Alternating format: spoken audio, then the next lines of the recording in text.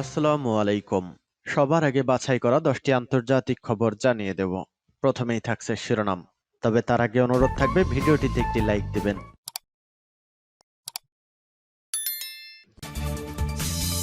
জানিয়ে দিব আমাদের হাতে থাকা সর্বশেষ গুরুত্বপূর্ণ আপডেট আন্তর্জাতিক সংবাদ। ইরানের সঙ্গে আমেরিকার যুদ্ধ বাঁধিয়ে দিতে চান নেতানিয়াহু। এরপর জানিয়ে দেব হামাসের আল আকসা তুফান ছিল বিস্ময়কর, এর প্রভাব এখনো অজানা, হিজবুল্লাহ নেতার অভিমত। আরো জানিয়ে দেব ইসরায়েলি বিমান হামলায় অচল দামেস্ক বিমানবন্দর। এদিকে হামাস নেতাদের হত্যা না করার প্রতিশ্রুতি কাতারকে দিয়েছে ইসরায়েল।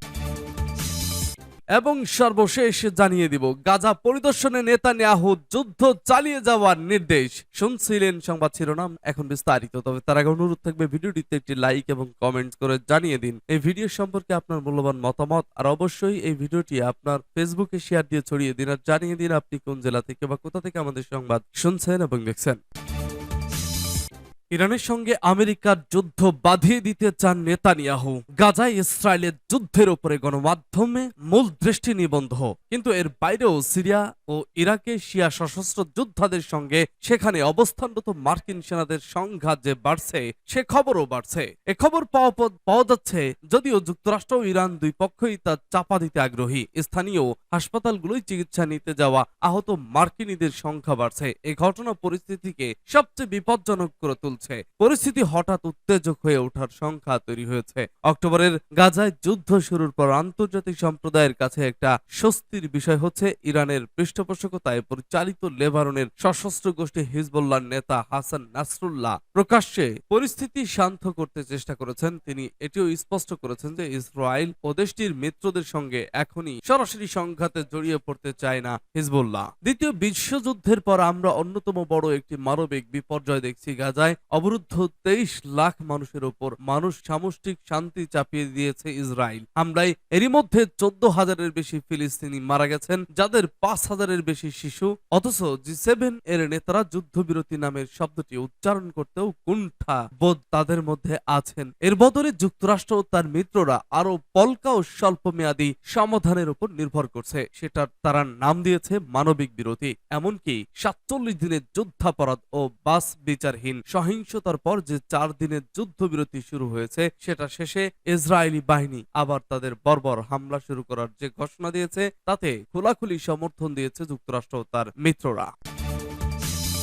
হামাসের আল আকসা তুফান ছিল বিস্ময়কর, এর প্রভাব এখনো অজানা, হিজবুল্লাহ নেতার অভিমত। লেবাননের ইসলামী প্রতিরোধ আন্দোলন হিজবুল্লাহর উপমহাসচিব শেখ নাইম কাসেম বলেছেন, গত 7 অক্টোবর ফিলিস্তিনের ইসলামী প্রতিরোধ যোদ্ধারা ইহুদিবাদী ইসরায়েলের ভেতরে আল আকসা তুফান নামে যে অভিযান চালিয়েছে তা ছিল অতি বিস্ময়কর এবং এর প্রভাব এখনো পুরোপুরি জানা যায়নি, তবে শিগগিরই জানা যাবে। তিনি বলেন, শত্রুরা আমাদের কর্মকর্তাদের মধ্যে বিভক্তি সৃষ্টি করতে ব্যর্থ হয়েছে। প্রতিরোধ যোদ্ধারা ক্ষতিগ্রস্ত হয়নি এবং তাদের শক্তিও শেষ হয়ে যায়নি। আমরা লেবানন, ইরাক এবং ইয়েমেন সব জায়গাতেই আছি। শেখ নাইম কাসেম বলেন, ফিলিস্তিনের প্রতিরোধ যোদ্ধাদের আল আকসা তুফান অভিযান ছিল মৌলিক একটি কাজ, যা সফল হওয়া খুবই জরুরি ছিল। তিনি আরো বলেন, প্রতিরোধের দৃঢ়তা না থাকলে বন্দি বিনিময় চুক্তিতে পৌঁছানো যেত না। প্রতিরোধ যোদ্ধাদের দৃঢ়তার কারণেই ইসরায়েল যুদ্ধবিরতি চুক্তি করতে বাধ্য হয়েছে। গত শুক্রবার থেকে হামাস ও ইসরায়েলের মধ্যে 4 দিনের যুদ্ধবিরতি চুক্তি হয়েছে। চুক্তি অনুসারে এরই মধ্যে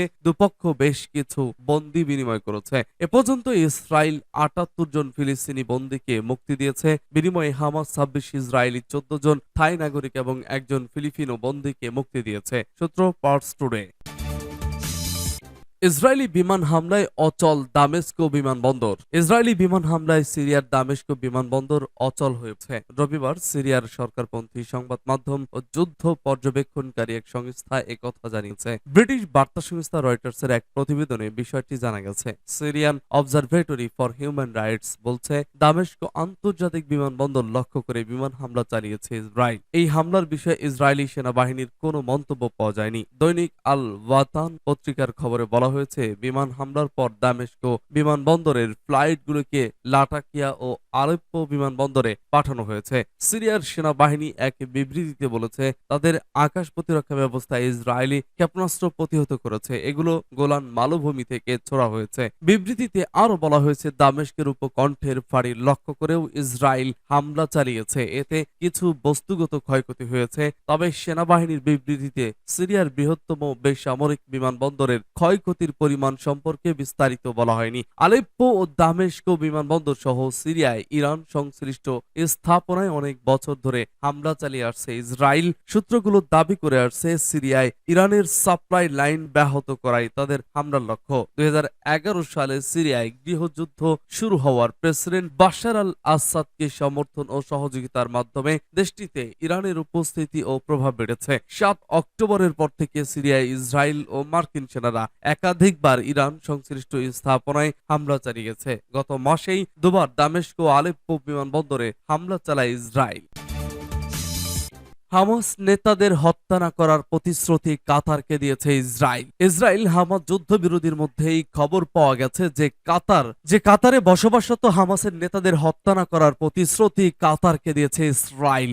ইসরায়েলি প্রধানমন্ত্রী বেনিয়ামিন নেতানিয়াহুর এমন প্রতিশ্রুতি পাওয়ার পরই যুদ্ধবিরতির জন্য মধ্যস্থতাকারীদের ভূমিকায় নামে কাতার। ফরাসি সাংবাদিক জর্জেস ম্যালব্রনট এমন তথ্য প্রকাশ করেছেন। তার লে ফিগারো পত্রিকায় ফরাসি পত্রিকায় প্রকাশিত খবরে বলা হয়েছে ইসরায়েলের কাছ থেকে কাতার এই আশ্বাস পেয়েছে যে ওই দেশে ইসরায়েলি গোয়েন্দা সংস্থা মোসাদ কোনো গুপ্ত হামলা চালাবে না। এতে আরো বলা হয় পণবন্দীদের মুক্তির কাজে মধ্যস্থতাকারী হিসেবে ভূমিকা পালন এর কয়েক সপ্তাহ আগেই ইসরায়েলের কাছে এই পূর্ব শর্ত উপস্থাপন করে কাতার। উল্লেখ্য, গত সপ্তাহে এক সংবাদ সম্মেলনে হামাস নেতাদের হত্যা করার জন্য মোসাদকে নির্দেশ দিয়েছেন নেতানিয়াহু এমন দাবিও করেন যে যাই বলুক না কেন যুদ্ধবিরতিতে হামাস নেতাদের ব্যাপারে কোনো প্রতিশ্রুতি দেওয়া হয়নি। সংবাদ সম্মেলনে তার পাশে ছিলেন প্রতিরক্ষা মন্ত্রী ইয়োব গ্যালান্ট এবং অপর মন্ত্রী বেনি গান্তোস। ওই সংবাদ সম্মেলনে গ্যালান্ট বলেন ইসমাইল হানিয়া এবং খালেদ মিশালের মতো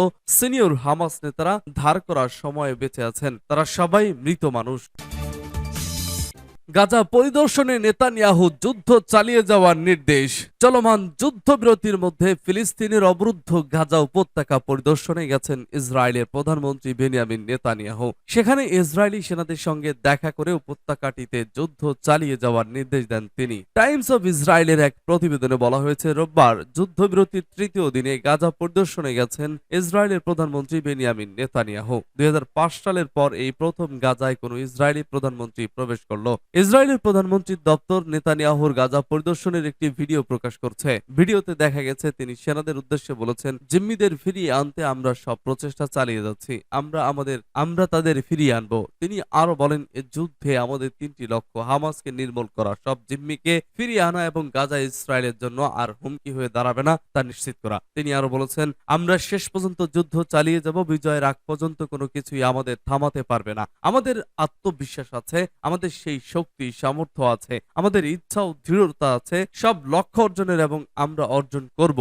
নেতানিয়াহুর সদর দপ্তরের বিবৃতি অনুযায়ী তিনি হামাসের একটি টানেলও পরিদর্শনে গিয়েছিলেন। এ সময় তার সঙ্গে ছিলেন চিফ অফ স্টাফ জাসি ব্রাভারম্যান, জাতীয় নিরাপত্তা উপদেষ্টা জেসি হ্যাগেনবি, সামরিক সচিব মেজর জেনারেল অ্যাভিগিল এবং deputy IDF chief of staff major general Amir Baram. গত 7 অক্টোবর ইসরায়েলে অতর্কিত হামলা চালায় ফিলিস্তিনের সশস্ত্র গোষ্ঠী হামাস। এই হামলায় 1200 ইসরায়েলি নিহত হয়েছে, আহত হয়েছে প্রায় 5600 ইসরায়েলি। হামাসের হামলার জবাবে 1.5 মাসেরও বেশি সময় ধরে গাজায় হামলা চালিয়েছে ইসরায়েল। ইসরায়েলি বাহিনীর হামলায় ফিলিস্তিনের অবরুদ্ধ গাজা উপত্যকায় 14,854 জন নিহত হয়েছে। নিহতদের মধ্যে 6,150 জনই শিশু, আহত হয়েছে সাধারণ ফিলিস্তিনি। এর 75% নারী ও এছাড়া 6,800 ফিলিস্তিনি এখনো নিখোঁজ রয়েছেন। এদিকে শুক্রবার সকাল থেকেই শুরু হওয়া যুদ্ধবিরতির মধ্যে এ পর্যন্ত তৃতীয় দফায় বন্দী নজরবন্দি বিনিময় হয়েছে। আল জাজিরার এক প্রতিবেদনের মধ্যে